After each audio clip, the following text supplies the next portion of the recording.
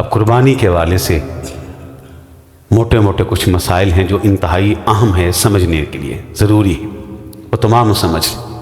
سب سے پہلے مسئلہ یہ ہے کہ جو قربانی کرنے والا ہے نا، اس کا مومن مسلمان ہونا ضروری ہے، کفر اور شرک اس کے اندر نہ ہو۔ اپنی اصلاح کریں، کفر کو شرک کو چھوڑ دیں۔ دوسری بات یہ ہے کہ جس مال سے قربانی کا جانور خریدا جائے نا، اللہ پاک ہے، اللہ پاک کی پسند کرتے، وہ حلال ہونا چاہیے، اس میں حرام کی آمیزش نہ ہو۔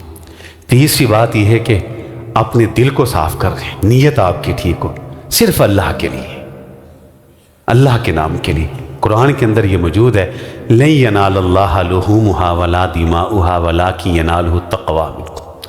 اللہ رب العزت کو نہ جانور کا گوشت جاتا ہے وہ تو تمہارے پیٹوں میں چلا گیا، نہ لہو پہنچتا ہے وہ تو گلیوں اور نالیوں کے اندر بہہ گیا، اللہ کو کیا پہنچا؟ لہو بہہ گیا، گوشت تم کھا گئے، اللہ تعالیٰ کو تمہارے اندر کا چھپا وہ جذبہ اور تقوی چاہیے۔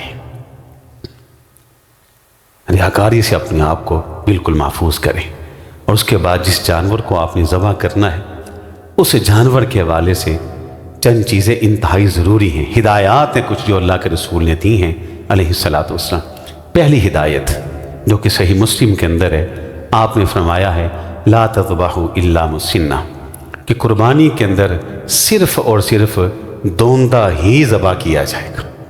دوندہ کہتے ہیں اس جانور کو کہ جس کے اگلے 2 دانت ٹوٹے ہیں اور 2 دانت ٹوٹنے کے نئے آ گئے، یہ کم سے کم عمر ہے۔ دوندے کے بعد چوگا بھی جائز ہے، اس کے بعد جتنی بھی بڑی عمر والا ہے وہ جائز ہے۔ سب سے پہلے اس کی عمر دیکھنی ہے کہ وہ 2 دانتہ ہو، مسنہ ہو، دوندہ ہو۔ عمر دیکھنے کے بعد پھر ہم نے اس کے جسم کو دیکھنا ہے، جسم کے اندر کوئی عیب نہ ہو، اور عیب کے حوالے سے آپ نے جو باتیں ارشاد فرمائی، ہدایات دی، سب سے پہلے کان کٹا ہوا نہ ہو، سینگ کا ٹوٹا ہوا نہ ہو، ٹانگ کا لنگڑا نہ ہو، آنکھ کا اندھا یا کانا نہ ہو، جسم کا بیمار نہ ہو کہ جس کی بیماری ظاہر ہو، اتنا بوڑھا، اتنا لاغر کمزور کہ جس کی ہڈیوں کے اندر روغن، مخ اور گودا نہ ہو۔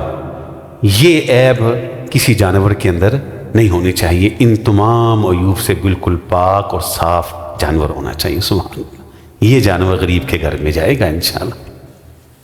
اور اس کے بعد قربانی کے دنوں کے حوالے سے، قربانی کے دن ایام تشریق سارے کے سارے قربانی کے دن ہیں۔